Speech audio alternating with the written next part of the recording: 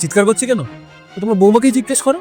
আমার তো সকালবেলা মুড একেবারে ফার্স্ট ক্লাস ছিল, কিন্তু তোমার বৌমা হঠাৎ করে তোমার ব্যাপারে আর মায়ের ব্যাপারে কথা বলা শুরু করে দিল। এই জন্য আমার মাথাটা চট করে গরম হয়ে গেল। তোমাকে নিয়েই বলছিলাম, এই জন্যই তো মাথাটা গরম হয়ে গেছে। তুমি বলতে না যে সময় হলে সব পাবি সব পাবি, দেখো সময় হয়ে গেছে, কিছু পেয়েছি? কিচ্ছু পাইনি। তোমার ওই হাত ঘড়িটা পেয়েছি, যেটার দাম বাজারে একেবারে শূন্য, বুঝলে?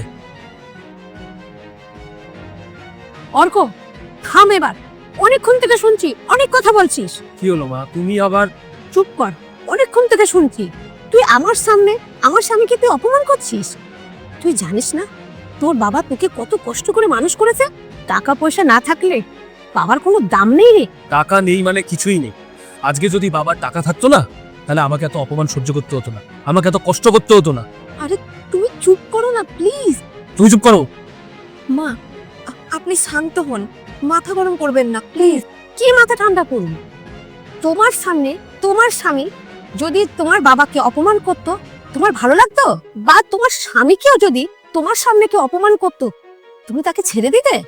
কাল যদি তোমার বাবা তোমার জন্য কিছু রেখে না যায়, তুমি কি তোমার বাবার সাথে এইভাবে কথা বলবে? আমার সামনে আমার স্বামীকে কেউ অপমান করবে, সেটা আমি মেনে নেব না। ওকে বুঝিয়ে দাও যে কিভাবে কথা বলতে হয় বাবার সাথে। মা, তুমি সবার সামনে কিন্তু আমাকে অপমান করছো। হ্যাঁ, ঠিক করেছি। তোকে এইভাবে শিক্ষা দেওয়া দরকার। থাক, তুমি থামো। অর্ক, তুই ঠিকই বলেছিস, আমি তোকে কিছুই দিতে পারিনি। তবে একটা কথা মনে রাখি, বাবার দেওয়া শিক্ষা আর মায়ের স্নেহ ভালোবাসা একটা মানুষের আসল পুঁজি।